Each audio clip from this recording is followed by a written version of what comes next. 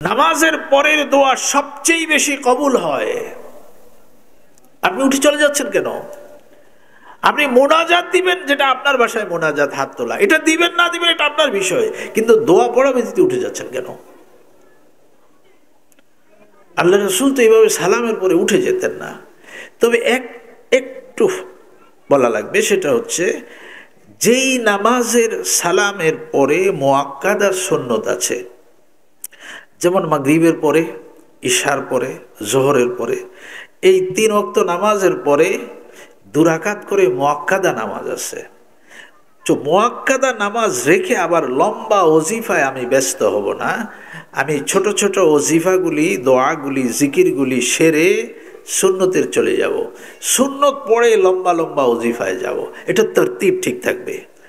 তরতিব বুঝেন তো? আগে ফরজ, তারপরে ওয়াজিব, তারপরে সুন্নত, তারপরে নফল, তারপরে মুস্তাহাব। এই ধারাবাহিকতা ঠিক রাখার জন্য আমি ছোট ছোট সালামের পরে ছোট ছোট যেই দোয়াগুলি আল্লাহ রাসূল সবসময় পড়েছেন, আমি সেই দোয়াগুলি পড়ে উঠে যাব। উঠে আগে সুন্নত পড়ব, তারপরে বড় বড় দোয়াগুলি পড়ব। তা আমার বলার উদ্দেশ্য, নামাজের পরে আমি কিছু ওজিফা, কিছু জিকির, কিছু তাসবিহাতে অভ্যস্ত হইতে হবে। তো যদি এটাতে অভ্যস্ত হন, তাহলে আমার আগের কথা আমি চলে আসি, ফজরের পরে এই ওজিফা, এই জিকির আর একটু বাড়াতে হবে। আপনি দোয়ার যে কোনো কিতাবে দেখবেন, ফজরের পরে, মাগরিবের পরে সবচেয়ে বেশি দোয়া। এই যে একটু আগে বললাম ফালাক নাস, প্রত্যেক নামাজের পরে এগুলি একবার একবার, কিন্তু ফজরের নামাজের পরে ইখলাস 3 বার, ফালাক 3 বার, নাস 3 বার। ফু দিতে হবে হাতে 3 বার, শরীর মুছতে হবে 3 বার। এই সালাসা মাররা, এই সালাসা মাররা হাদিসে যে লিখবেন 3 বার, এই 3 বারের তর্জমাটা বুঝেন। আমি এই 3 বারের তর্জমা অনেক বড়দের কাছ থেকে অনেক দিন এক একজন এক একবার এক এক রকম বলে। কেউ বলে যে ফু দিবা 3 বার, কেউ বলবো যে পড়ো একবার, ফু দাও 3 বার, কেউ বলে যে পড়ো 3 বার, ফু দাও 3 বার, মোছো 3 বার, বিভিন্ন রকম কথা।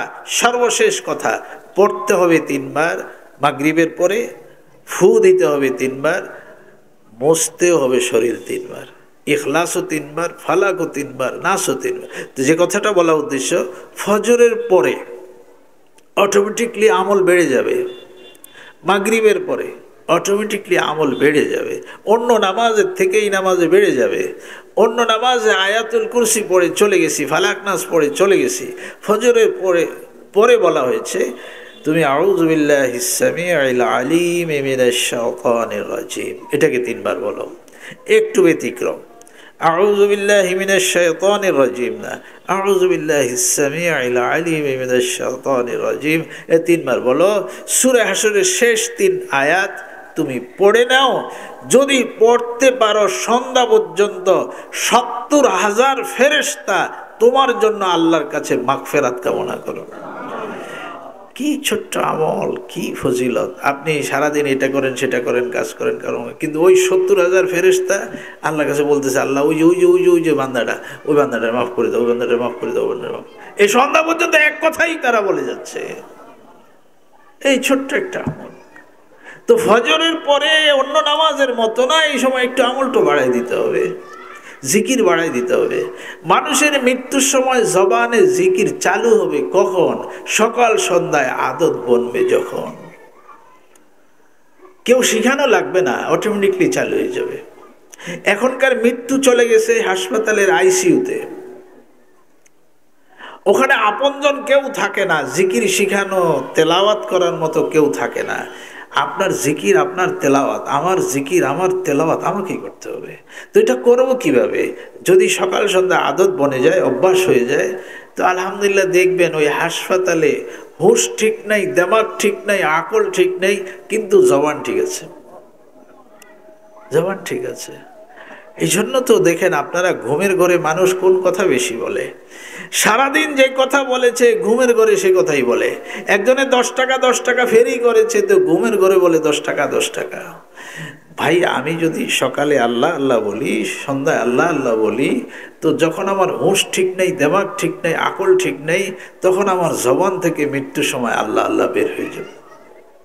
রাস্তায় পাগল দেখেছেন কথা বলে, কি বলে, গালিগালাজ করে বেশি। কেন? সুস্থ দেমাগে যে গালিগালাজ করেছে, অসুস্থ দেমাগে তার জবান থেকে গালিগুলোজ বের হইতে থাকে। আমি তো দুইটা পাগলের কথা বলি। আমরা তো এক জেলার মানুষ, যদিও কচুয়া থানা। এই কচুয়া বাজারে এক পাগল ছিল, ইংরেজি লেখে, কিছু পাইলে ইংরেজি লেখে, বলতে গেলে ইংরেজি লেখে। পাস দেমাগ খারাপ হয়েছে, সারাদিন ইংরেজি পড়েছে, এখন মাথা খারাপ তো ইংরেজি বলে। একজন কারি সাহেব দেখেছি, ওনার মাথা শীতকালের এই শুরুতে গরম হয়ে যেত, তো উনি সারা রাত গ্রামে গ্রামে হাঁটতেন আর কোরআন শরীফ পড়তেন। দুইজনেই পাগল, দুইজনেরই দেমাগ নষ্ট। কেন? দুই রকম জবান থেকে দুরকম বের হয় কেন? যার আদত যেটা বলে অভ্যাস হয়েছে, তার জবান থেকে সেই কথাটাই বের হইতে থাকে। এই জন্য মহতারাম, আল্লাহ আল্লাহ, লা ইলাহা ইল্লাল্লাহ, সুবহানাল্লাহ, আলহামদুলিল্লাহ, ওয়ালা ইলাহা ইল্লাল্লাহ, আল্লাহু আকবার, ওয়ালা হাওলা ওয়ালা কুওয়াতা ইল্লা বিল্লাহ। এগুলি হলো আপনার আমার সবচেয়ে বড় সম্পদ। আচ্ছা, ইমাম মুহাম্মদ কত বড় মানুষ। ওনার ইন্তেকালের পরে একজন স্বপ্নে দেখেছিলেন, না নামটা ভুলে গেছি, এক আল্লাহওয়ালা ইমাম আহমদ না, ইমাম মোহাম্মদ না, নাম ভুলে গেছি, এই জন্য নাম বলতেছি না। ইন্তেকালের পরে তাকে স্বপ্ন দেখেছে। অনেক বড় ফকি ছিলেন, এটা ঠিক আছে, বড় মাসালা জানতেন। ওনাকে জিজ্ঞাসা করেছে, আল্লাহ আপনার সাথে কি ব্যবহার করেছে? তো উনি বলেছেন, দাকায়েক হাকায়েক, এই সূক্ষ্মতা, এলেমের এই গভীরতা, এই সম্পর্কে আমাকে কিছুই জিজ্ঞাসা করা হয় নাই। আমাকে বলেছে সুফিয়ান সাউরির কাছে যে কিছু তাসবিহ শিখেছিলে, ওটা একটু বলো তো। ও, তো উনি বললেন, ইয়া রাব্বা কুল্লি শাইইন আসআলুকা বিকুদরাতিকা আলা কুল্লি শাইইন আল্লা তাসআলানি আন শাই ওয়াগফিরলি কুল্লা শাই। আল্লাহ বলতেছেন, ওই যে জান্নাত, সোজা সেখানে চলে যাও।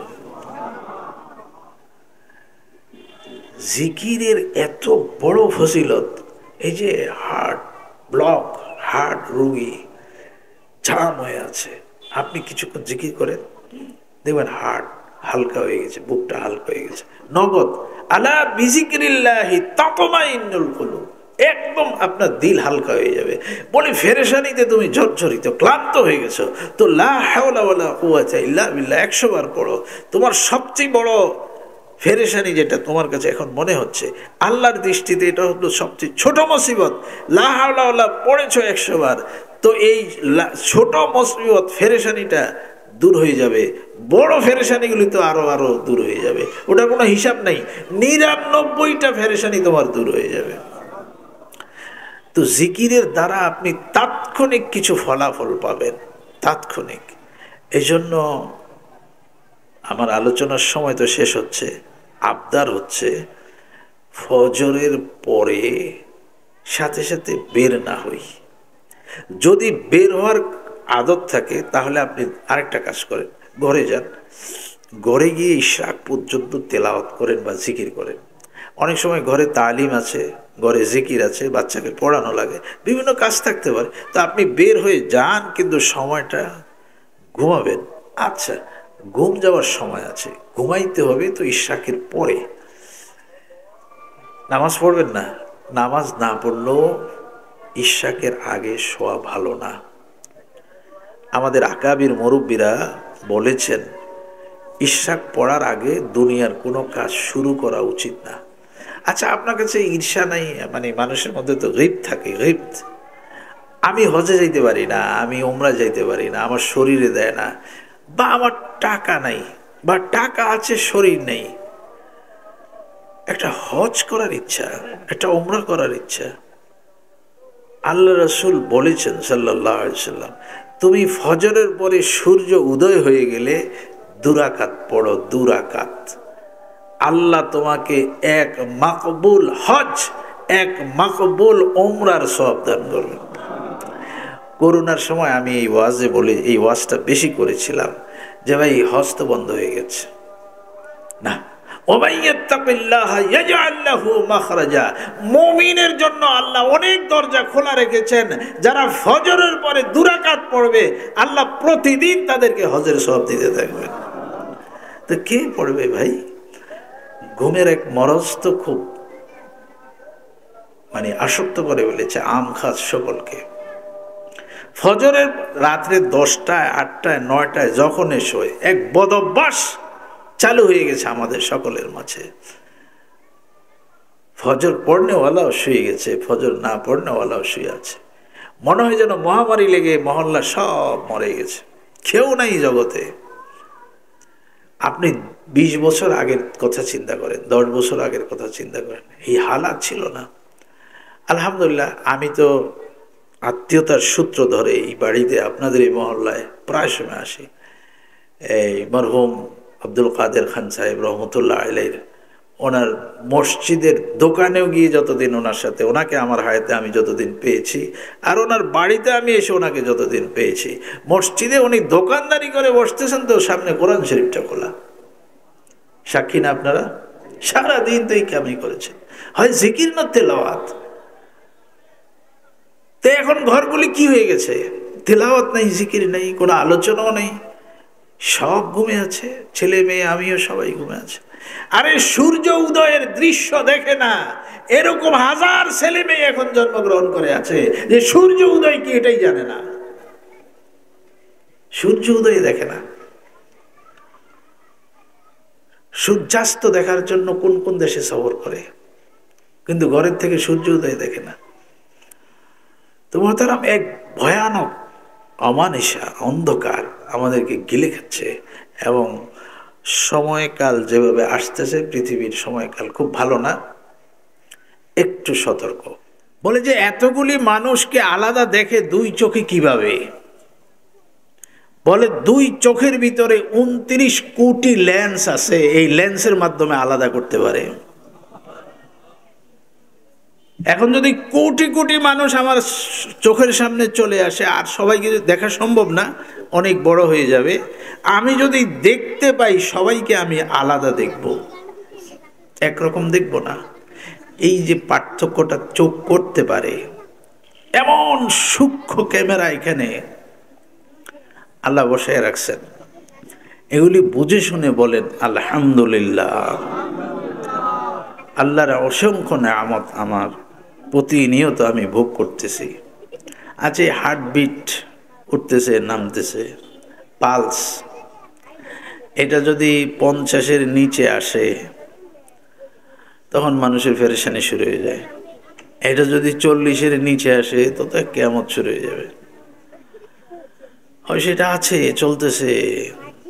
আপনি যদি দেখেন আপনার হার্টবিট, পাবেন 70, 80, 90, 100 এর মধ্যে উঠানামা করতেছে। কে এটাকে এরকম পাম্প করাইতেছে? কে এটা? কি এই পাম্পটা করাইতেছে কে? আমাদের যে ব্লকগুলি হচ্ছে, এই ব্লকগুলি হচ্ছে তো পাম্পিং এর পরে রক্তটা যে দৌড়ানোর কথা, এই দৌড় দিতে পারে না, সামনে চর্বি জমে গেছে। এই ব্লকগুলি কোনটা 70%, কোনটা 80%, কোনটা 90%, কোনটা 100%। যখন 100% হয়ে যায় তো কি করবে? বাইপাস করবে, আলাদা রাস্তা করবে রক্ত চলার জন্য। এটা বাদ, এটা দিয়ে আর রক্ত যাবে না। তখন এই যে রগের ভিতর দিয়ে রক্ত যাবে, রক্তটা পাবে কোথায়? রক্ত আর বাজারে বিক্রি হয় না। তখন আল্লাহ তাআলা আপনার গোশতের ভিতরে, বিশেষ করে উরু রানের গোশত বা পায়ের হাঁটুর নিচের যে গোশত আছে, এখানের মধ্যে কিছু রগ গোশতের ভিতরে ফ্রিজ আপ করে রেখেছেন। কোনোটাই কানেক্ট নাই, কোনো রগের সাথে কানেক্ট নেই, এমনি গোশতের ভিতরে কিছু রগ অতিরিক্ত আল্লাহ রেখেছেন। যাদের হার্ট অপারেশন হয় তাদের আগে দেখবেন পায়ের মধ্যে অপারেশন হয়, এখান থেকে একটা রগ নিয়ে তারপরে ওই রগটার সাথে কানেক্ট দিয়ে বাইপাস, বিকল্প রাস্তা করে দেয়। তারপরে রক্ত চলাচল করে। এই যে মহান কুদরতের এক খেলা আমার শরীরের ভিতরে চলছে, এই জন্য প্রতিনিয়ত আল্লাহ শুকর আদায় করা, বলা আলহামদুলিল্লাহ। তো মুহতারাম, আল্লাহ বাঁচিয়ে রেখেছেন, আল্লাহ সুস্থ রেখেছেন, আল্লাহই সব করেন, কোনো কিছু থেকে কোনো কিছু হয় না। এই কথাটাকে ভালো করে বিশ্বাস করতে হবে। দাওয়াত ও তাবলীগের সাথী ভাইয়েরা এই কথাটা বেশি বলে, এক গুরুত্বপূর্ণ কথা বলে, কোনো কিছু থেকেই কোনো কিছু হয় না, যা কিছু হয় তো আল্লাহর পক্ষ থেকে হয়। মানুষ ওসিলা, মানুষ মাধ্যম, মানুষ চেষ্টা করে, কিন্তু হয়তো আল্লাহর পক্ষ থেকে। ভাই, পৃথিবীর কোনো শক্তি আজ পর্যন্ত রাতকে ছোট করতে পারে নাই, দিনকে বড় করতে পারে নাই। কুলিল্লাহুম্মা মালিকাল মুলক তু'তিল মুলকা মান তাশাউ ওয়া তানজিউল মুলকা মিম্মান তাশাউ ওয়া তু'ইজ্জু মান তাশাউ ওয়া তুযিল্লু মান তাশাউ বিয়াদিকাল খায়র ইন্নাকা আলা কুল্লি শাইইন কাদির তুলিজুল লাইলা ফিন নাহারি ওয়া তুলিজুন নাহারা ফিল লাইল ওয়া তুখরিজুল হাইয়া মিনাল মাইয়িতি ওয়া তুখরিজুল মাইয়িতা মিনাল হাইয়্যি ওয়া তারযুকু মান তাশাউ বিগাইরি হিসাব। এই যে শীতকাল আসতেছে, 2টা ঘন্টা দিন কমে গেছে, এই 2 ঘন্টা রাতের ভিতরে চলে গেছে। এখন রাত দিন মোটামুটি সমান, কাছাকাছি। আর কিছুদিন পরে রাত আরো বড় হবে, দিন আরো ছোট হবে। এই কুদরতি খেলাটা যে কুদরত খেলতেছে, আপনি আমি, পৃথিবীর কোনো শক্তি কেউ পারে না। এরকম একটা মানুষকে কেউ বাঁচিয়ে রাখতে পারে না যদি আল্লাহর হুকুম না থাকে। আর একজন মানুষকে কেউ মারতে পারে না যদি আল্লাহর হুকুম না থাকে। এইভাবে আল্লাহর উপরে ঈমান ও ইয়াকিন নিয়ে আসা। তো মুহতারাম, এই সালাতুল মাগরিবের পরে শুকর আদায়, আল্লাহর শুকর করা, আল্লাহর জিকির করা, সানা পড়া, তাসবিহ পড়া, ওজিফা পড়া এক গুরুত্বপূর্ণ সময়। সেই সূত্রেই আপনাদের এখানে মাগরিবের পরে যেহেতু কথা বলার জন্য বলা হয়েছে, যে আয়াতও পড়েছি ওই জিকির সংক্রান্ত আয়াত। জিকির মানে অনেক লম্বা আলোচনা, তো কিছু আলোচনা হবে ইনশাআল্লাহ। প্রথমে আপনাদের মাঝে আমার মাঝে একটা দূরত্ব থাকলে তো আলোচনা বোঝা মুশকিল, এই জন্য দূরত্বটা কমায় নেই, সমানই। বরঞ্চ আপনারা যতজন সব মিলে আমার থেকে বড়, এমন লোক আছেন আপনার এখানে আমার থেকে অনেক বেশি জানেন। আসলে বলা বেশি, জানা মানুষ বলা লাগে না। বলতে হয় পরামর্শক্রমে একজন, বাকিরা শুনে। ইমামত করেন একজন, বাকিরা ওনার ইতাআত করেন। বলার জন্য একটা সিদ্ধান্ত হয় যে উনি বলবেন, বাকিরা শুনবেন। যিনি বলবেন উনি কেন বলবেন এটা উনি ঠিক করতে হবে, আপনারা কেন শুনবেন এটা আপনাদের ঠিক করতে হবে। তাহলে আল্লাহর সাহায্য এই বলার শোনার মধ্যে খুব বেশি আসবে। আমাকে বলা হয়েছে তুমি ইখলাসের সাথে বলো। ইখলাস কি জিনিস? ব্যাখ্যা নাই, লম্বা ব্যাখ্যা, ছোট আলোচনা। আল্লাহ, তুমি যা বলো আল্লাহর জন্য বলো, আল্লাহকে সন্তুষ্টি করার জন্য বলো, অন্য কিছু ভিতরে নিও না। অন্য কোনো সুযোগ ভিতরে যেন না আসতে পারে, সতর্ক থাকো।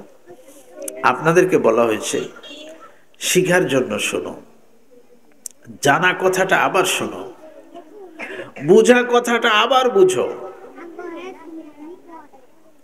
একটা লেখা 10 বার পড়লে 10 রকম বুঝে আসে, একটা কথা 10 বার শুনলে 10 রকম বুঝে আসে। জানা কথা আবার জানো, বুঝা কথা আবার বুঝো। আমরা এই নিয়েতে বলবো, যেহেতু আমার থেকে বড় আপনারা অনেকে আছেন, আপনারা অনেক বেশি জানেন, কিন্তু ওই যে একজন বলবেন বাকিরা শুনবে, শুধু এই নিসবত, অন্য কোনো নিসবত না যে আপনাদের থেকে বলনেওয়ালা বড়। না না না, বলনেওয়ালা তো অনেক সময় ছোট থাকে, যেমন আমি যেই নিসবতে আপনাদের এখানে আসছি, উজানি, তো উজানির একজন পীর সাহেব ছিলেন মরহুম হযরত মাওলানা মুবারক করিম রহমতুল্লাহ আলাইহি।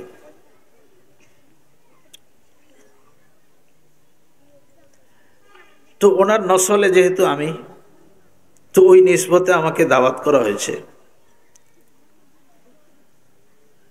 ওনার এক ঘটনা আপনাদেরকে শোনাই, যে বলবে কে আর শুনবে কে এটা বোঝানোর জন্য।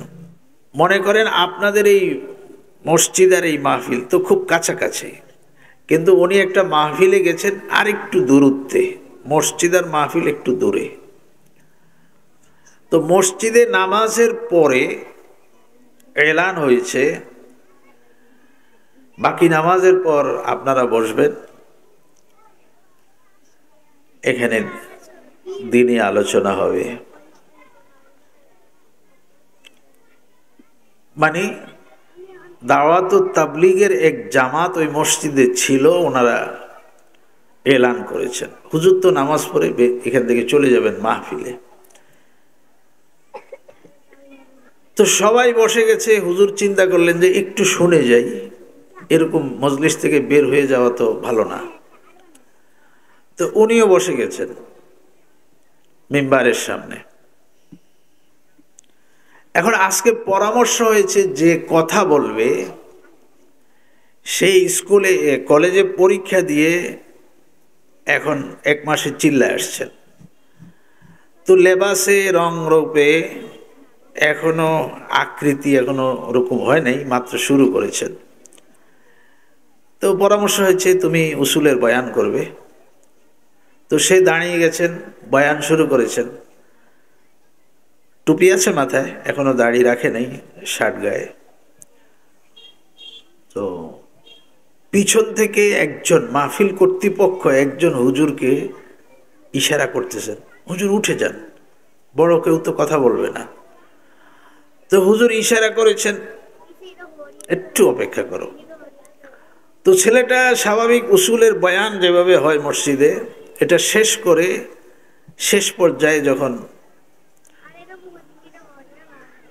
অন্য আলোচনা বা মানুষকে চিল্লাকাশি করার জন্য সংগ্রহ করতেছেন, 3 দিনে নাম লেখান, 10 দিনে নাম লেখান, 1 চিল্লায় নাম লেখান, তখন দেখেছেন আলোচনা শেষ, তো হুজুর উঠে গেছেন। মসজিদ থেকে যখন বের হয়েছেন তখন ওই মাহফিল কর্তৃপক্ষের একজন বলতেছেন, হুজুর আপনি এই ছেলের ওয়াজ শোনার জন্য বসে গেছেন, এখনো তো সে কিছুই জানে না, আর মুখও দাড়ি নেই, গায়ে শার্ট, এই ছেলে কি ওয়াজ করবো। দেখেন অ্যাঙ্গেলটা দেখেন, বাঁকটা বুঝতে হয়। হুজুর কি বলেছেন?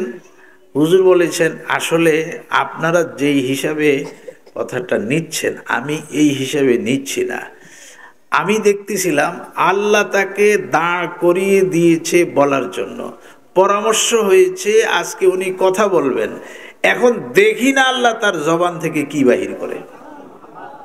ভাই অ্যাঙ্গেল বুঝতে হবে, অ্যাঙ্গেল বুঝতে হবে, বাঁক বুঝতে হবে। তো বলার সময় একজন বড় বাকিরা ছোট এরকম না,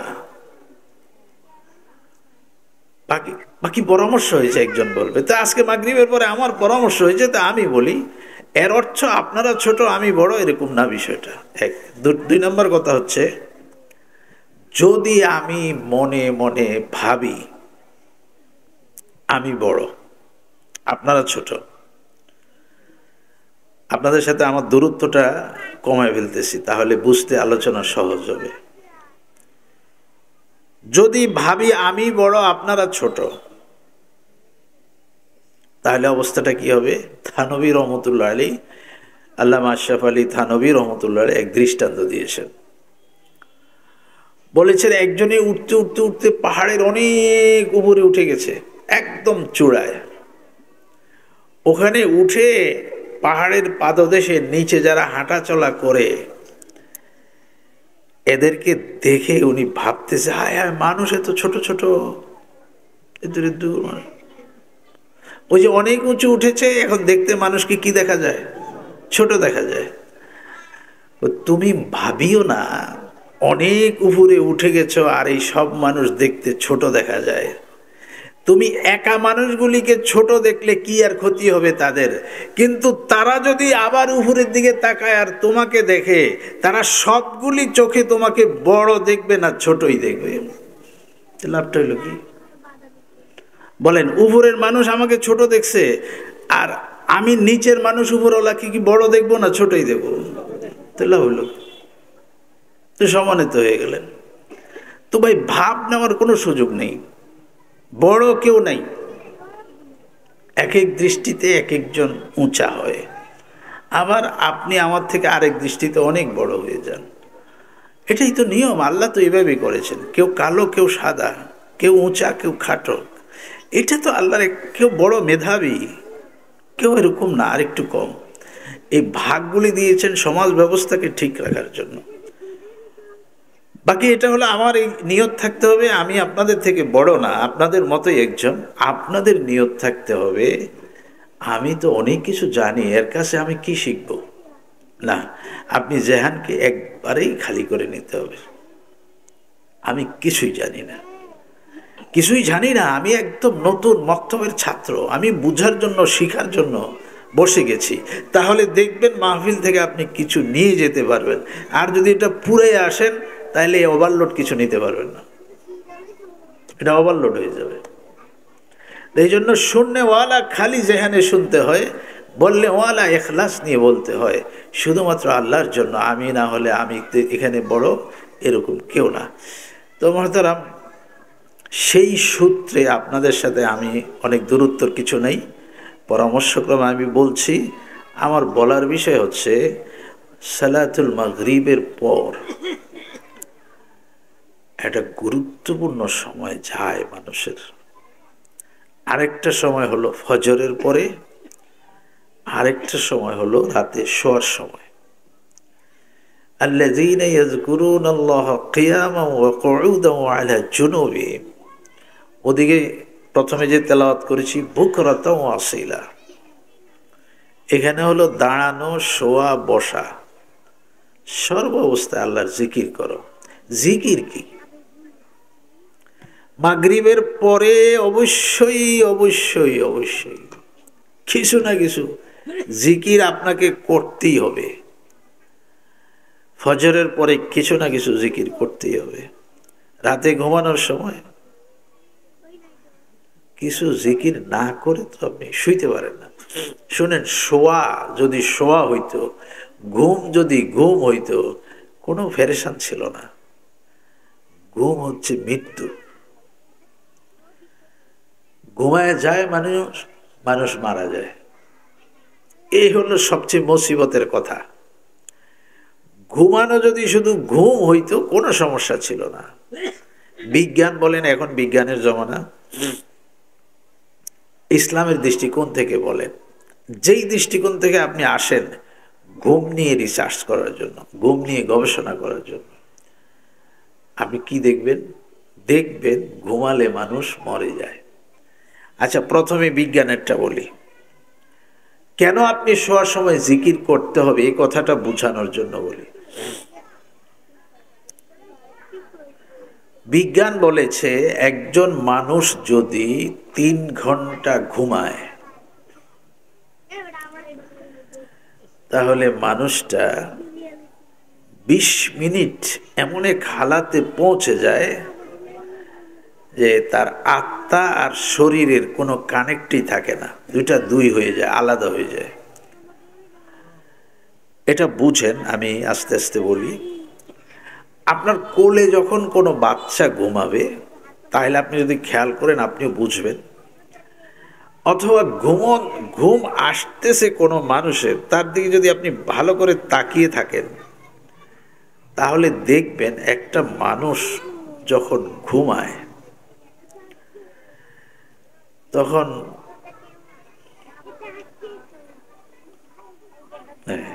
একটা একটা করে মরে যায়, একটা একটা করে অকেজো হয়ে যায়।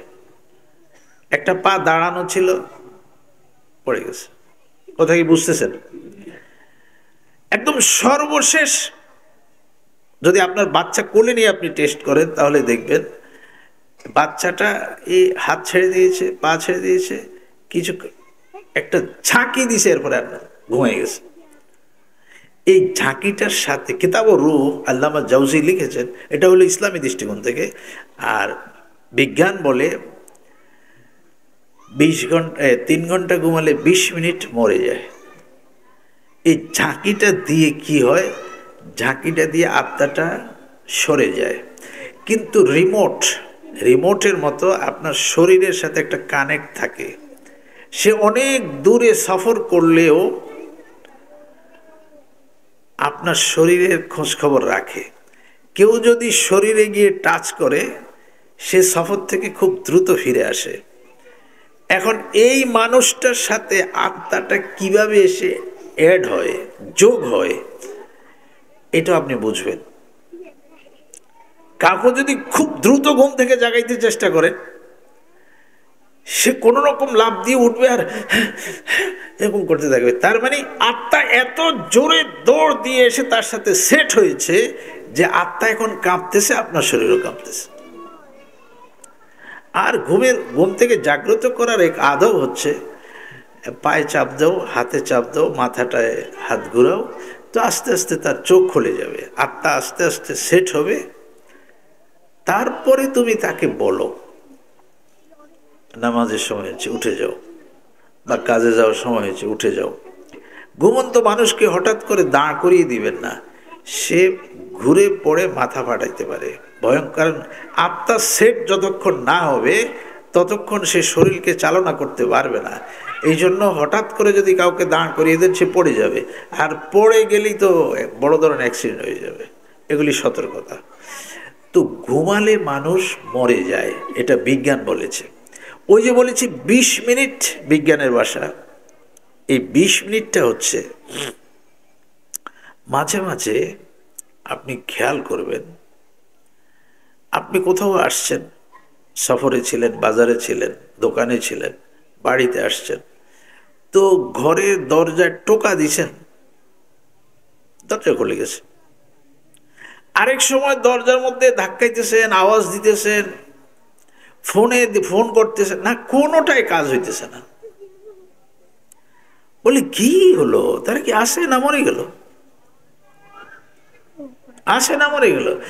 যখন এই ঘটনা ঘটতেছে, কাউকেই তুমি জাগাইতে পারতেছো না, তখন ওই 20 মিনিটটা চলতেছে, যেই 20 মিনিট আত্মা আর শরীর দুইটা আলাদা হয়ে গেছে।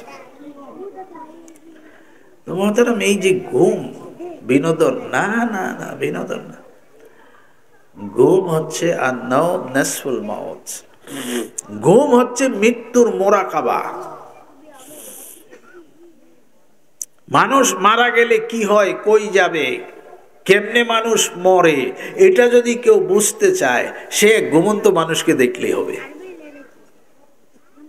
তার ঘরে চুরি হচ্ছে, কিছু বলে না, কিছু বলে না। আমি এক দৃষ্টান্ত দেই, প্রায় মাহফিলে বলি। মনে করেন আপনাদের পরিচিত কারো বাড়িতে, মহল্লায় কোথাও চুরি হয়েছে, তা আপনারা সমবেদনা তার প্রতি একটা আন্তরিকতা প্রকাশ করার জন্য তার বাড়িতে গেলেন। গিয়ে বললেন যে ভাই, আমরা শুনলাম আপনার বাড়িতে চুরি হয়েছে, আরে আপনারা কেউ ছিলেন না বাড়িতে, কোথায় ছিলেন? তার মধ্যে যিনি মূল বাড়িওয়ালা, উনি বলতেছেন, তো আমি তো ঘরেই ছিলাম। তো এখন যদি আপনি একটু ঠান্ডা মাথায় জিজ্ঞাসা করেন, আপনি যদি জিজ্ঞাসা করেন ঘরেই ছিলেন, চোরকে কিছু বলেন নাই না, ভয় পাইছেন? না ভাই, আমি তো ঘুমেছিলাম। ঘুমেছিলেন, ঘরে ছিলেন না। উনি একটু রেগে যাবেন, উনি বলেন, হাই ভাই, একটা কথা আপনাকে কয়বার আমি বলতেছি ঘরে ছিলাম বাকি ঘুমেছিলাম, আপনি আবার বলতেছেন ঘরে ছিলেন না। না ভাই, আমি বুঝার জন্য বলতেছি, ঘুমে ছিলেন মানে তো বুঝতেছি না, ঘরে ছিলেন না। তো উনি বলবে, হ্যাঁ ঘরেই তো ছিলাম। তো চোরকে কিছু বলেন নাই? চোরকে কি বলবো, আমি না ঘুমেছিলাম। আরে ঘুমেছিলেন মানে কোথায় ছিলেন সেটা বলেন না। আপনি দুই রকম কথা বলেন কেন? একবার বলেন ঘরে ছিলেন, আবার বলেন ঘুমেছিলেন। ঘুমে ছিলেন তো ছিলেনটা কোথায়? এক জটিল সমীকরণ। হয়রান হয়ে যাবেন, হয়রান হয়ে যাবেন। এই জন্য আল্লাহ রসুল সাল্লাল্লাহু আলাইহি সাল্লাম কি বলেছেন? এই দেখেন, ইসলামী দৃষ্টিকোণ থেকে আমি যে মারা গেছি, এটা তো বিজ্ঞান বললাম, ইসলাম বলে আল্লাহ যদি তোমাকে ঘুম থেকে জাগ্রত করে দেয়, তাহলে তুমি বলো আলহামদুলিল্লাহ, আলহামদুলিল্লাহিল্লাযী আহইয়ানা বা'দা মা আমাতানা ওয়া ইলাইহিন নুশুর। কি বলেছেন তরজমা তো আর খেয়াল করেন নাই, আজকে একটু শোনেন। আল্লাহ, আমি আপনার শুকর আদায় করিতেছি, আপনি যে আমাকে মৃত থেকে আবার জীবিত করেছেন। খবরে নেই কি পড়তেছেন, কি পড়তেছেন জানেনই না। আল্লাহ, আপনি যে আমাকে মেরে ফেলেছিলেন, আমি তো ঘুমের ঘরে মরে গিয়েছিলাম, আপনি না আমাকে আবার জীবিত করেছেন, এই জন্য আমি শুকর, আলহামদুলিল্লাহ। তো ভাই, ঘুমের আগে যদি কিছু জিকিরের আলোচনা হয়, তুমি তো এখন মরে যাবে, আল্লাহ জাগাইলে জাগবে। আল্লাহ যদি আত্মাকে বলে যাও, সেট হও, উঠো, তাহলে হবে, না হলে তো নাই। তাহলে যদি তুমি ঘুমের ঘরে আর ফিরে না আসো, তাহলে তোমার জিকির, দোয়া, দুরুদ, ইস্তেগফার এগুলি কে করবে? এটা বোঝার জন্য আরেকটা বলি। দুইজন মানুষ এক খাটে শুয়ে আছে, চকিতে শুয়ে আছে, দুইজন সুস্থ মানুষ। সকালে খবর পেলেন আপনারা, অমুকের বাড়িতে অমুকে মারা গেছে, স্ট্রোক করেছেন, বা ঘুমের ঘরে মারা গেছে, যেটা হয়েছে হয়েছে। তো পাশে যিনি শোয়া ছিলেন, এই ওনাকে সবে জিজ্ঞাসা করতেছে, ভাই এই লোকটা মরে গেল, যাওয়ার সময় কিছু বলেছে? বলে, না, আমি তো ওনার পাশে ছিলাম, উনি তো আমাকে জাগায় নাই, কিছু বলে নাই। তো একটা মানুষ মৃত্যুর সময় তো একটু নড়াচড়া দেয়, আপনি কি বুঝতেই পারেন না সে মারা গেছে? কয় না, আমি দেখছি সে যেভাবে শুইছে এইভাবেই রয়েছে। হ্যাঁ, এই কথাটাই মেন কথা, মূল কথা এটা।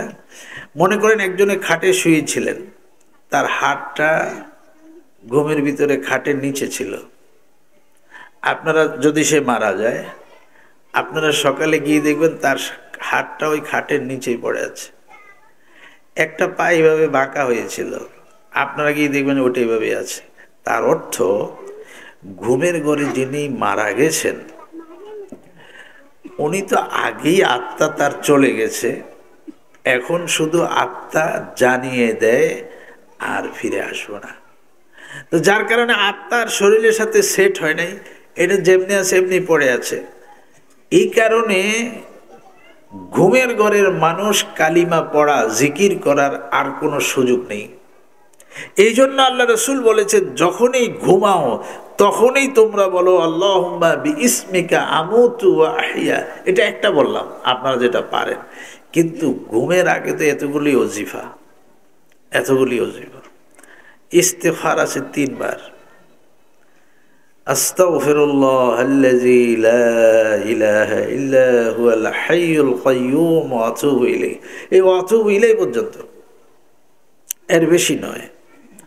আল্লাহ রসুল সাল্লাল্লাহু আলাইহি সাল্লাম বলেছেন, ঘুমানোর পূর্বে যে বান্দা, যে বান্দি এই ইস্তেগফার 3 বার পড়ে, এই জিকির 3 বার করে, আল্লাহ তার আমলনামার মধ্যে গুনাহ যদি সমুদ্রের ঢেউয়ে ঢেউয়ে সৃষ্ট ফেনা পরিমাণও হয়, আল্লাহ সেই পরিমাণ গুনাহ মাফ করে দিবেন।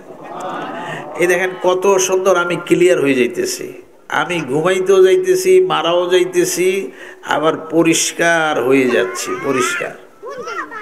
দুরূদ শরীফ, সূরা ফাতিহা, আয়াতুল কুরসি, সূরা বাকারার শেষ 2 আয়াত, সূরা আলে ইমরানের শেষ 10 আয়াত, কুল ইয়া আইয়ুহাল কাফিরুন, কুল হুয়াল্লাহু আহাদ, কুল আউযু বিরাব্বিল ফালাক, কুল আউযু বিরাব্বিন নাস। এগুলি রাতে শোয়ার ওজিফা, অন্য সময় তো আছেই, রাতে শোয়ার সময় এগুলি সুন্নত।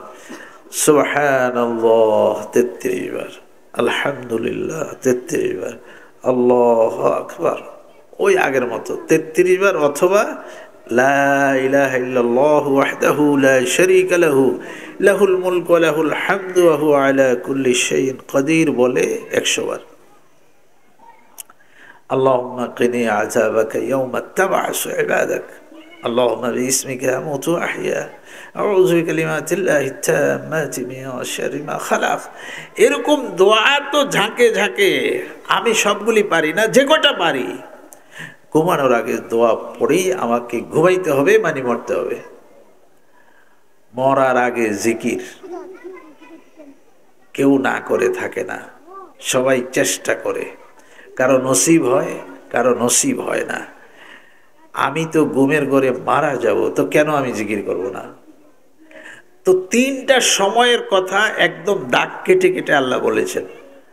তার মধ্যে একটা শোয়ার সময়ের কথা, আরেকটা সকালের কথা, আরেকটা সন্ধ্যার কথা।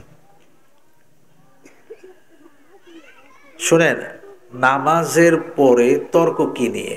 সালামের পরে তর্ক হচ্ছে মুনাজাত নিয়ে। না না না না, মুনাজাত নিয়ে কোনো তর্ক না, তর্ক হচ্ছে হাত তুলবো কি তুলবো না, এখানে তর্ক। কথা কি বুঝছেন না? মুনাজাত ছাড়া তো আপনি কোনো নামাজ শেষ করবেন না, এই কথাটা বুঝেন। ফজরের পরে আপনি মোনাজাত দিতে হবে, মাগরিবের পরে মোনাজাত দিতে হবে, জোহর আসর ঈশা মোনাজাত। মোনাজাত কি? মোনাজাত মানে আল্লাহর সাথে চুপিসারে গোপনে কিছু কথা বলতে হবে, এটাকে মোনাজাত বলে। ওই যে কিছু শব্দের অর্থ আমরা জানি না, যার কারণে আমরা ফাসাদ করি, ফিতনা করি। যেমন আমাদের দেশের মানুষ পীর বুঝে, শায়েখ বুঝে না। এখন দুটো একই কথা, শায়েখ মানে যেই, পীর মানিও সেই, মুরব্বী, ওস্তাদ। এখন একজনে বললেন যে পীর সাহেব হুজুর আসছেন, আরেকজন বলে আবার পীর সাহেব হুজুর কি? কোরআন হাদিসে কি পীর সাহেবের নামে কিছু আছে? যা ফালতু কথা বলিও না। আরেকজন বললো এই শায়েখা আসছে, শায়েখা আসছে। তো একজন বলে হ্যাঁ এটা তো শায়েখ, তো ঠিক আছে। তার অর্থ পীর হলো ফার্সি শব্দ, শায়েখ হলো আরবি শব্দ, একটা ঠিক আছে আর একটা ঠিক নেই, দুইটা একই জিনিস। কেন এই সমস্যা? ওই যে শব্দ চয়ন, শব্দের অর্থ জানি না। যেমন সালাত, এই আজকে সালাত কায়েম করেছো, তো সে হ্যাঁ। নামাজ পড়ছো আজকে? হ্যাঁ পড়ছি তো। আরে ভাই তোমরা তো এই কথাই জিজ্ঞাসা করছো, বুঝেন নাই? তোমাকে তো এই কথাই জিজ্ঞাসা করেছি, সালাত কায়েম করেছো, তুমি হা করে রয়েছো। এখন জিজ্ঞাসা করলাম নামাজ পড়েছো, বলেছো হ্যাঁ পড়েছি। একটা আরবিতে জিজ্ঞাসা করেছি, আর একটা ফার্সিতে জিজ্ঞাসা করেছি। কেন এই সমস্যা? সমস্যা হয়েছে আমাদের দেশে যারা ইসলাম প্রচার করেছেন, যারা ইসলামের বিধিবিধান লিখেছেন, এরা ইরাকের, ফারসের লোক ছিল বেশি। একে সরাসরি আরবের থেকে লোক আসছেন কম, আমাদের পশ্চিম দিক থেকে লোকেরা বেশি আসছেন। তো ওনাদের ভাষা ছিল ফার্সি, উর্দু। তো ওনাদের বলা বলি কথাগুলিও ছিল, লেখালেখিগুলো ছিল এরকম, নামাজ রোজা। অবশ্য কোরআন শরীফে নামাজ নেই, কোরআন শরীফে রোজা নেই। কোরআন শরীফ আছে সালাত, কোরআন শরীফ আছে সিয়াম, হাদিসে আছে সালাত, হাদিসে আছে সিয়াম। এখন আমরা ওই যে ভাষাগুলি ওনাদের থেকে শোনা, ওনাদের থেকে শুনে শুনে আমরা সালাত বলি না, নামাজ বলি, আমরা সিয়াম বলি না, রোজা বলি। এখন একজনে সালাত বলেছে, আরেকজনে বলে কি বলল, কিন্তু দুইটা একই কথা। যেমন আরেকটা আমলের কথা বলি, অনেক মানুষ আছেন ইশরাকের পরে সালাতুদ দোহা পড়েন, যদিও কোনটা ইশরাক কোনটা দোহা একটা বিতর্ক, সেটা ভিন্ন। তো আমি যদি আপনাকে জিজ্ঞাসা করি, আপনিও পড়েন আলহামদুলিল্লাহ, আমিও পড়ি, এরকম যদি হয়, আমি জিজ্ঞাসা করলাম ইশরাক পড়েছেন, তা আপনি বললেন হ্যাঁ পড়েছি। সালাতুদ দোহা পড়েছেন? তো উনি ভাবতেছে কি জিজ্ঞেসেন, সালাতুদ দোহা পড়েছেন? আমি বুঝলাম না। আরে ভাই চাষতের নামাজ পড়েছেন? পড়েছি তো। এই দেখেন, এতক্ষণ আরবিতে আরবি দোহা আর চাষত হলো ফার্সি। তা আমাদের দেশে কিতাবে লেখা আছে চাষতের নামাজ। আমরা চাষতের নামাজ চিনি, কিন্তু এটার প্রকৃত নাম যে দোহা ওটা জানি না। এখন একজনে মনে করেছেন সালাতুদ দোহা একটা নামাজ, চাষ তার একটা নামাজ, ইশাক আর একটা নামাজ, এক নামাজই 3 রকম হয়ে গেছে ওই আরবি শব্দের কারণে। এখন আমাদের দেশে মোনাজাত, চুপিসারে কথা বলা, এই কথাটা মোনাজাত কি জিনিস? মোনাজাত হলো হাত তোলো, হাত মোছো, বাস চলে যাও, কিছু বলার দরকার নেই, কিছুই বলার দরকার নেই। এখন হাত তোলো, হাত নামাও, চলে যাও, ইমাম সাহেবও ঠিক, মুসল্লিও ঠিক, হাত উঠায় না, হাত মোছে না, ইমামও ঠিক না, মুসল্লিও ঠিক না। কিন্তু ওই মোনাজাত, আসল মোনাজাতে কেউ দেয় না। মোনাজাত মানে চুপিসারে আল্লাহর সাথে গোপনে কিছু কথা বলো। যেমন আল্লাহ রসুল সালামের পরে মোনাজাত দিতেন, কি করতেন? প্রথমে বলতেন আস্তাগফিরুল্লাহ, আস্তাগফিরুল্লাহ, আস্তাগফিরুল্লাহ। কয়বার বলতেন? আল্লাহুম্মা আনতাস সালাম ওয়া মিনকাস সালাম তাবারাকতা ইয়া যাল জালালি ওয়াল ইকরাম, এটাও বলতেন। এই মুআজ এক সাহাবী, হুজুর মুআজকে এরকম হাতের খুব চাপ দিয়ে ধরেছেন, মুআজ আমি না তোমাকে খুব ভালোবাসি। হাই হুজুর, হঠাৎ করে, হুজুর আমিও তো আপনাকে অনেক ভালোবাসি, অনেক মহব্বত করি। হুজুর বললেন, না মুআজ, আমি তোমারে অনেক ভালোবাসি। তো মুআজ রাদিয়াল্লাহু তাআলা, আমার হুজুর আমি তো আপনাকে ভালোবাসি। মুআজ তুমি জানো না আমি তোমাকে অনেক ভালোবাসি। মুআজ বললেন, হুজুর আমার জীবন আত্মা থেকেও আমি আপনাকে বেশি ভালোবাসি। তখন আল্লাহ রসুল বলেন, এই জন্যই তো আমার মনে চায় তোমাকে আমি একটা দোয়া শিক্ষা দিই, যেটা সবচেয়ে দামি দোয়া। যখনই নামাজে সালাম ফেরাও তখনই বলিও আল্লাহুম্মা আইন্নী আলা যিকরিকা ওয়া শুকরিকা ওয়া হুসনি ইবাদাতিক। কোন মোনাজাতে আপনি এই দোয়া পড়েছেন? কোন মোনাজাতে পড়েছেন? ওই যে মোনাজাতই বুঝেন না এখনো। সালামের পরে এই মোনাজাত দিচ্ছেন আপনি, আল্লাহুম্মা ইন্নী আলা যিকরিকা ওয়া শুকরিকা ওয়া হুসনি ইবাদাতিক, আল্লাহুম্মা কিনি আযাবাকা ইয়াওমা তাবআস ইবাদাক, আল্লাহুম্মা ইন্নী আসআলুকাল আফওয়া ওয়াল আফিয়া ফিদ দুনিয়া ওয়াল আখিরাহ, আল্লাহুম্মা লা মানিআ লিমা আ'তাইতা ওয়া লা মু'তি লিমা মানা'তা ولا ينفع ذا الجد منك الجد لا إله إلا الله وحده لا شريك له له الملك وله الحمد وهو على كل شيء قدير। এগুলি নামাজের সালামের পরের দোয়া। আয়াতুল কুরসি, সূরা ইখলাস, সূরা ফালাক, সূরা নাস আছে, কুল ইয়া আইয়ুহাল কাফিরুন আছে। 5 ওয়াক্ত নামাজের পরে আছে। ফজরের পরে, মাগরিবের পরে একটু ভিন্নতা আছে, 3 বার পরে পরে ফু দিতে হয়, ওই আলোচনা যাচ্ছি না। সুবহানাল্লাহ 33 বার, আলহামদুলিল্লাহ 33 বার, আল্লাহু আকবার 34 বার, সুবহানাল্লাহ 10 বার, আলহামদুলিল্লাহ 10 বার, আল্লাহু আকবার 10 বার, সব রকমই আছে।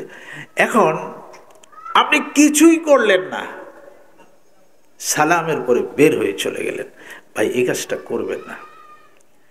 আপনি মোনাজাত, ওই যেটাকে আপনি মোনাজাত বলেন, হাত তোলা, হাত মোছা, এটা দেন আর না দেন, আপনি একটু বসেন, এখানে বসতে হবে, এখানে কথা আছে, কিছু জিকির এখানে করতে হবে আপনাকে, আপনি উঠে চলে গেলে হবে না।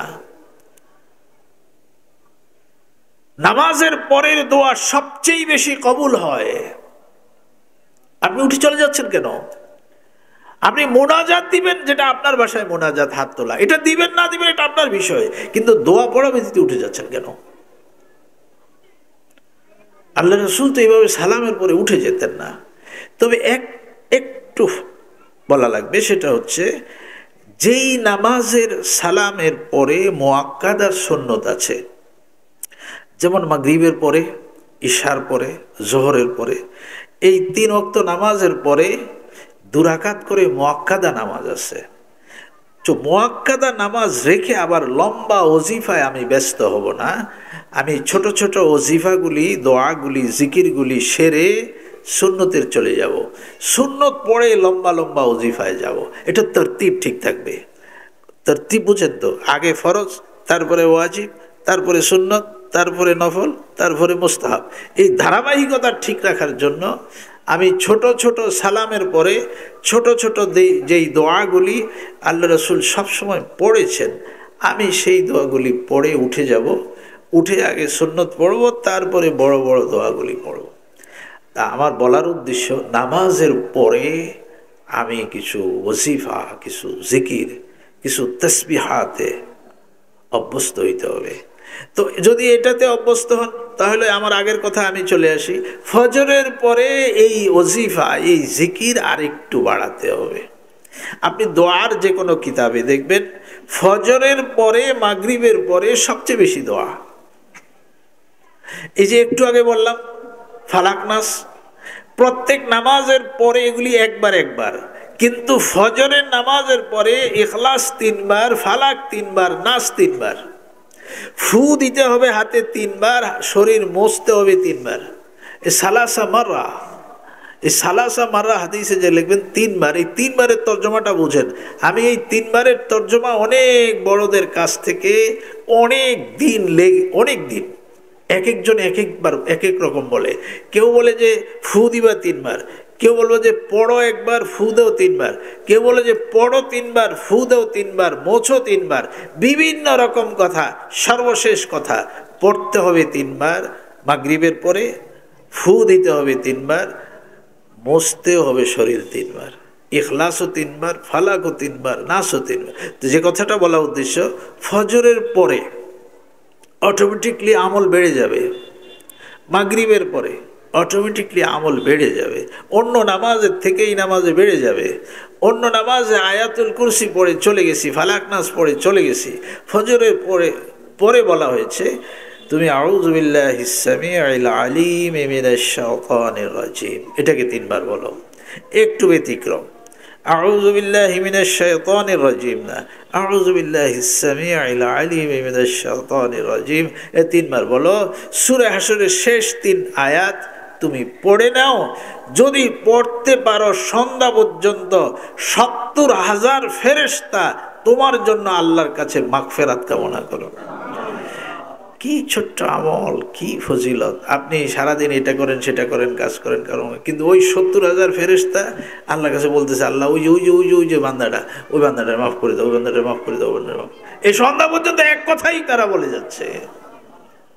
এই ছোট্ট একটা আমল। তো ফজরের পরে অন্য নামাজের মতো না, এই সময় একটু আমলটা বাড়াই দিতে হবে, জিকির বাড়াই দিতে হবে। মানুষের মৃত্যুর সময় জবানে জিকির চালু হবে কখন? সকাল সন্ধ্যায় আদত বনবে যখন। কেউ শিখানো লাগবে না, অটোমেটিকলি চালু হয়ে যাবে। এখনকার মৃত্যু চলে গেছে হাসপাতালের আইসিইউতে, ওখানে আপনজন কেউ থাকে না, জিকির শিখানো, তেলাওয়াত করার মতো কেউ থাকে না। আপনার জিকির, আপনার তেলাওয়াত, আমার জিকির, আমার তেলাওয়াত আমাকেই করতে হবে। তো এটা করবো কিভাবে?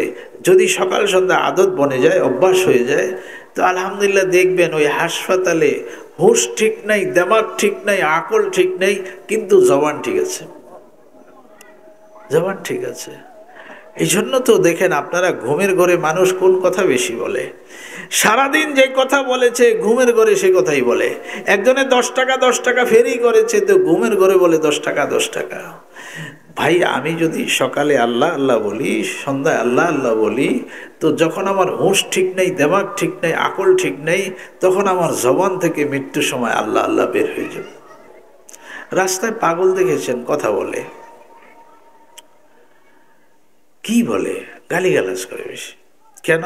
সুস্থ দেমাগে যে গালিগালাজ করেছে, অসুস্থ দেমাগে তার জবান থেকে গালিগুলোজ বের হইতে থাকে। আমি তো 2টা পাগলের কথা বলি। আমরা তো এক জেলার মানুষ, যদিও কচুয়া থানা। এই কচুয়া বাজারে এক পাগল ছিল, ইংরেজি লেখে, কিছু পাইলে ইংরেজি লেখে, বলতে গেলে ইংরেজি লেখে। পাস দেমাগ খারাপ হয়েছে, সারাদিন ইংরেজি পড়েছে, এখন মাথা খারাপ, তো ইংরেজি বলে। একজন কারি সাহেব দেখেছি, ওনার মাথা শীতকালের এই শুরুতে গরম হয়ে যেত, তো উনি সারা রাত গ্রামে গ্রামে হাঁটতেন আর কোরআন শরীফ পড়তেন। 2জনেই পাগল, 2জনেরই দেমাগ নষ্ট। কেন? 2 রকম জবান থেকে 2 রকম বের হয় কেন? যার আদত যেটা বলে অভ্যাস হয়েছে, তার জবান থেকে সেই কথাটাই বের হইতে থাকে। এই জন্য মহতরম, আল্লাহ আল্লাহ, লা ইলাহা ইল্লাল্লাহ, সুবহানাল্লাহ, আলহামদুলিল্লাহ, ওয়ালা ইলাহা ইল্লাল্লাহ, আল্লাহু আকবার, ওয়ালা হাওলা ওয়ালা কুওয়াতা ইল্লা বিল্লাহ। এগুলি হলো আপনার আমার সবচেয়ে বড় সম্পদ। আচ্ছা, ইমাম মুহাম্মদ কত বড় মানুষ, ওনার ইন্তেকালের পরে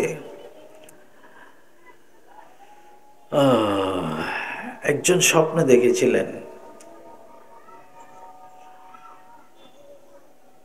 না নামটা ভুলে গেছি এক আল্লাহওয়ালা ইমাম আহমদ না, ইমাম মোহাম্মদ না, নাম ভুলে গেছি, এই জন্য নাম বলতেছি না। ইন্তেকালের পরে তাকে স্বপ্ন দেখেছে, অনেক বড় ফকি ছিলেন, এটা ঠিক আছে, বড় মাসালা জানতেন। ওনাকে জিজ্ঞাসা করেছে আল্লাহ আপনার সাথে কি ব্যবহার করেছে? তো উনি বলেছেন দাকায়েক হাকায়েক, এই সূক্ষ্মতা, এলেমের এই গভীরতা, এই সম্পর্কে আমাকে কিছুই জিজ্ঞাসা করা হয় নাই। আমাকে বলেছে সুফিয়ান সাউরির কাছে যে কিছু তাসবিহ শিখেছিলে, ওটা একটু বলো তো। ও তো উনি বললেন ইয়া রাব্বা কুল্লি শাইইন আসআলুকা বিকুদরাতিকা আলা কুল্লি শাইইন আল্লা তাসআলানি আন শাই ওয়াগফিরলি কুল্লা শাই। আল্লাহ বলতেছেন ওই যে জান্নাত, সোজা সেখানে চলে যাও। জিকিরের এত বড় ফজিলত, এই যে হার্ট ব্লক, হার্ট রোগী জাম হয়ে আছে, আপনি কিছুক্ষণ জিকির করেন, দেখবেন হার্ট হালকা হয়ে গেছে, বুকটা হালকা হয়ে গেছে, নগদ। আলা বিজিকিরিল্লাহি তাতমাইন্নুল কুলুব, একদম আপনার দিল হালকা হয়ে যাবে। বলে ফেরেশানিতে তুমি জর্জরিত, ক্লান্ত হয়ে গেছো, তো লা হাওলা ওয়ালা কুওয়াতা ইল্লা বিল্লাহ 100 বার পড়ো। তোমার সবচেয়ে বড় ফেরেশানি যেটা তোমার কাছে এখন মনে হচ্ছে, আল্লাহর দৃষ্টিতে এটা হলো সবচেয়ে ছোট মুসিবত। লা হাওলা ওয়ালা পড়েছো 100 বার, তো এই ছোট মুসিবত ফেরেশানিটা দূর হয়ে যাবে, বড় ফেরেশানিগুলি তো আরো দূর হয়ে যাবে, ওটার কোনো হিসাব নাই। 99টা ফেরেশানি তোমার দূর হয়ে যাবে। তো জিকিরের দ্বারা আপনি তাৎক্ষণিক কিছু ফলাফল পাবেন, তাৎক্ষণিক। এই জন্য আমার আলোচনার সময় তো শেষ হচ্ছে, আবদার হচ্ছে ফজরের পরে সাথে সাথে বের না হই। যদি বের হওয়ার আদত থাকে তাহলে আপনি আরেকটা কাজ করেন, ঘরে যান, ঘরে গিয়ে ইশরাক পর্যন্ত তেলাওয়াত করেন বা জিকির করেন। অনেক সময় ঘরে তালিম আছে, ঘরে জিকির আছে, বাচ্চাকে পড়ানো লাগে, বিভিন্ন কাজ থাকতে পারে, তো আপনি বের হয়ে যান, কিন্তু সময়টা ঘুমাবেন। আচ্ছা, ঘুম যাওয়ার সময় আছে, ঘুমাইতে হবে তো ইশরাকের পরে, নামাজ পড়বেন না। নামাজ না পড়লেও ইশরাকের আগে শোয়া ভালো না। আমাদের আকাবির মুরব্বীরা বলেছেন ইশরাক পড়ার আগে দুনিয়ার কোনো কাজ শুরু করা উচিত না। আচ্ছা, আপনার কাছে ঈর্ষা নাই? মানে মানুষের মধ্যে তো গীব থাকে, গীব। আমি হজে যাইতে পারি না, আমি উমরা যাইতে পারি না, আমার শরীরে দেয় না, বা আমার টাকা নাই, বা টাকা আছে শরীর নেই। একটা হজ করার ইচ্ছা, একটা উমরা করার ইচ্ছা। আল্লাহ রাসূল বলেছেন সাল্লাল্লাহু আলাইহি সাল্লাম, তুমি ফজরের পরে সূর্য উদয় হয়ে গেলে 2 রাকাত পড়ো, 2 রাকাত। আল্লাহ তোমাকে এক মাকবুল হজ, এক মাকবুল উমরার সওয়াব দান করবেন। করোনার সময় আমি এই ওয়াজে বলি, এই ওয়াজটা বেশি করেছিলাম যে ভাই হজ তো বন্ধ হয়ে গেছে না। মুমিনের জন্য আল্লাহ অনেক দরজা খোলা রেখেছেন। যারা ফজরের পরে 2 রাকাত পড়বে, আল্লাহ প্রতিদিন তাদেরকে হজের সওয়াব দিতে থাকবেন। তো কে পড়বে ভাই? ঘুমের এক মরজ তো খুব মানে আসক্ত করে ফেলেছে আম খাস সকলকে। ফজরের রাত্রে 10টায়, 8টায়, 9টায় যখন শোয়, এক বদ অভ্যাস চালু হয়ে গেছে আমাদের সকলের মাঝে। ফজর পড়নেওয়ালাও শুয়ে গেছে, ফজর না পড়নেওয়ালাও শুয়ে আছে। মনে হয় যেন মহামারী লেগে মহল্লা সব মরে গেছে, কেউ নাই জগতে। আপনি 20 বছর আগের কথা চিন্তা করেন, 10 বছর আগের কথা চিন্তা করেন, এই হালাত ছিল না। আলহামদুলিল্লাহ, আমি তো আত্মীয়তার সূত্র ধরে এই বাড়িতে, আপনাদের এই মহল্লায় প্রায় সময় আসি। এই মরহুম আব্দুল কাদের খান সাহেব রহমতুল্লাহ আলাইহির ওনার মসজিদের দোকানেও গিয়ে যতদিন ওনার সাথে, ওনাকে আমার হায়াতে আমি যতদিন পেয়েছি, আর ওনার বাড়িতে আমি এসে ওনাকে যতদিন পেয়েছি, মসজিদে উনি দোকানদারি করে বসতেছেন তো সামনে কোরআন শরীফটা খোলা। সাক্ষী না আপনারা? সারাদিন তো এই কামই করেছে, হয় জিকির না তেলাওয়াত। তো এখন ঘরগুলি কি হয়ে গেছে? তেলাওয়াত নেই, জিকির নেই, কোনো আলোচনাও নেই, সব ঘুমে আছে, ছেলে মেয়ে আমিও সবাই ঘুমে আছে। আরে সূর্য উদয়ের দৃশ্য দেখে না, এরকম হাজার ছেলে মেয়ে এখন জন্মগ্রহণ করে আছে যে সূর্য উদয় কি এটাই জানে না, সূর্য উদয় দেখে না। সূর্যাস্ত দেখার জন্য কোন কোন দেশে সফর করে, কিন্তু ঘরের থেকে সূর্য উদয় দেখে না। তো মোহতারাম, এক ভয়ানক অমানিসা, অন্ধকার আমাদেরকে গিলে খাচ্ছে। এবং সময়কাল যেভাবে আসতেছে, পৃথিবীর সময়কাল খুব ভালো না। একটু সতর্ক, আমি আমার অবস্থান থেকে, আপনি আপনার অবস্থান থেকে। এই কোরআনের ঘরগুলি, এই যে এই মাসটা গেল, আজকে 30 তারিখ, এই মাসে ছোট ছোট মৃদু মৃদু দুইটা, মাঝারি একটা ভূকম্পন হয়েছে বাংলাদেশে। দুইটা ছোট, একটা মাঝারি। যেটা মাঝারি ভূকম্পন হয়েছে, এটা রিক্টার স্কেলে মাত্রা ছিল 5.5। বাংলাদেশে বিজ্ঞানের ভাষায় 6.6 বা 7.12 এই মাত্রার যদি একটা ভূকম্পন হয়, তো বিজ্ঞান বলে বাংলাদেশ মেচাকার। শোনেন, আপনাদেরকে একটু সাহস যোগায় যাই। 8 থেকে 10, এই কথাটা বলেই শেষ হয়ে যাবে। 8 থেকে 10 বছর আগে, রোজার ঈদ যেদিন, ওই দিন রাতে, ঈদের রাতে 4টার দিকে একটা ভূকম্পন হয়েছিল। ওটার মাত্রা ছিল 6-এর উপরে। আল্লাহ, এই মাত্রার ভূকম্পন জাপানে, অবকাঠামো যারা সবচেয়ে ভালো, যাদের ভূকম্পনে বিল্ডিং হেলে দুলে আবার টিকে যায়, এই ধরনের দেশেও অসংখ্য মানুষ মারা যায়। কিন্তু আপনাদের বাংলাদেশে একটা ঘর ভেঙেছে, পড়ে কেউ মারা গেছে, এরকম কোনো কথা আসে নাই। তো একজন আল্লাহওয়ালা বুজুর্গ, আহলে দিল মানুষ, উনি বলেছেন, এত বড় একটা ভূমিকম্প বাংলাদেশে, যেখানে বিজ্ঞান বলে সব তছনছ হয়ে যাবে, বাংলাদেশে কিছু হলো না। তো উনি বলেন, আমার কেন যেন মনে হয়েছে যেই সময়ে ভূকম্পনটা হয়েছে, তখন বাংলাদেশের হেফজখানায় লক্ষ লক্ষ ছাত্ররা কোরআন শরীফ পড়তেছিল। ওরে ভাই, কোনখান দিয়ে কোন অঙ্ক মিলাইছে উনি। কারণ বাংলাদেশে যতগুলি মাদ্রাসা আছে আর হেফজখানা আছে, তো অন্য বড় বড় ছাত্ররা ঘুমে থাকে, কিন্তু হেফজখানার ছাত্র তো 3:30টায় উঠে যায়, উঠে উঁচু করে সবক ইয়াদ করে। কেন? এটা অনেক লম্বা হেকমত। তো এই যে লক্ষ লক্ষ ছাত্র তখন তেলাওয়াত করতেছিল, হয়তো আল্লাহ ওই তেলাওয়াতের বরকতে বাংলাদেশের জমিনকে ঠিক রেখেছেন। তো মহতারাম, বিজ্ঞান বলতেছে 3টা ছোট ভূকম্পন হয়ে গেছে, একটা বড় ভূকম্পনের দিকে ইশারা করতেছে বাংলাদেশে। তো আমরা আশা করি, যদি আমাদের এই তেলাওয়াতের ঘরগুলি জিন্দা থাকে, ইনশাআল্লাহ এই ধরনের বড় দুর্যোগ থেকে আল্লাহ আমাদেরকে হেফাজত করবেন। আল্লাহ আমাদের এই হেফজখানাগুলিকে, মক্তব মাদ্রাসাগুলিকে জিন্দা রাখার তৌফিক দান করেন। উলামায়ে কেরামরা মাত্র আসা শুরু করেছেন, কথা হবে অনেক অনেক রাত পর্যন্ত ইনশাআল্লাহ আলোচনা হবে। আমি যা কিছু বলেছি, যা কিছু আল্লাহ বলার শক্তি দিয়েছেন, তার উপরে আল্লাহ আমাকে, আপনাদেরকে, সকলকে আমল করার তৌফিক দান করেন।